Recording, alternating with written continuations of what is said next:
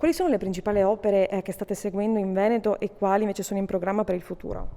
Beh, in Veneto in questo momento noi abbiamo una programmazione di modernizzazione di tutto il sistema infrastrutturale, quindi stiamo mettendo una tecnologia su tutta l'infrastruttura con sensoristica, monitoraggio delle stesse infrastrutture, sistema anche di preordinazione della infrastruttura autostradale alla cosiddetta guida automatica, e poi stiamo rivedendo anche tutto il sistema di esazione con un sistema moderno di pedaggiamento dell'infrastruttura stessa.